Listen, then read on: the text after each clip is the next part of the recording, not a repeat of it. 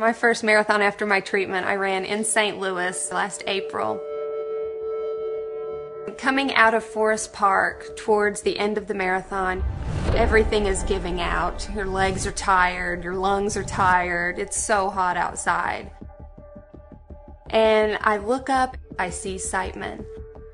And I'm looking up at the windows and I have to just smile and shed a tear or two, because it wasn't that long ago that I was up there looking out those very windows at the street below, and here I was running a marathon just a year later.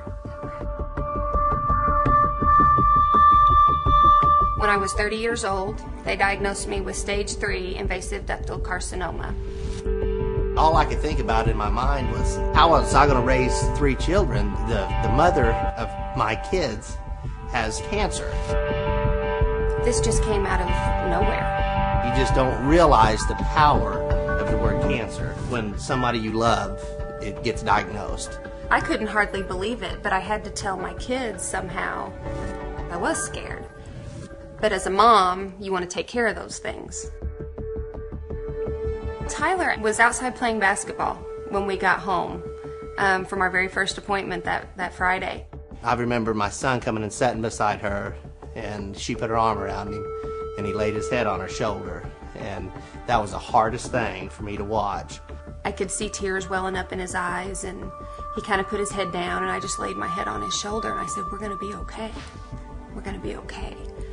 Mommy went to a good place today." Last year, he had to write an essay for a high school English class, and it had to be about an emotional scar. He wrote about Mom's pink battle when I was diagnosed with breast cancer. When I got home, my parents were just getting back from the doctor. Everything seemed fine. I walked over toward my mom with the ball tucked under my arm. "I went back to the doctor today for that lump I've been talking about." She paused slightly. "It's not good." I saw her chin start to quiver, and it shot cold chills down my spine. One of the main things I remember that the doctor told my mom was, "Breast cancer does not scare me. We're not going to treat you, we're going to cure you." This was a very reassuring statement that I will probably remember for the rest of my life. The first appointment I had at Siteman, I remember being there all day for meetings with doctors and consultations and tests, and when we got in the car, I was almost excited because I felt so well taken care of. It was really powerful to know the abilities that they have and everything that they do know to fight this disease. Dr. Margenthaler, or Julie as my friend now I will call her, my very first appointment with her, before I left her office that day, she said to me, "Breast cancer does not scare me." And I left her office feeling so hopeful and so confident and so positive that day.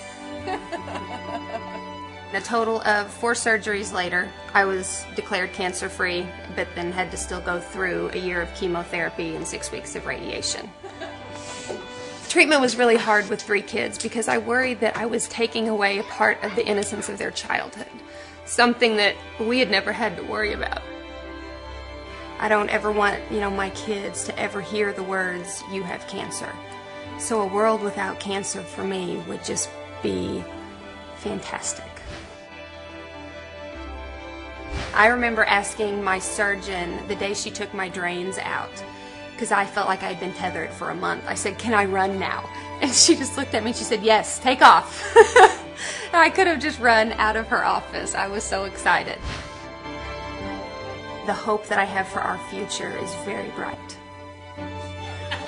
I am so proud of the research that is being done at Siteman. I am so proud to call that my place. That is where I go. I know that the research being done there is going to create a future where my children won't have to worry about cancer.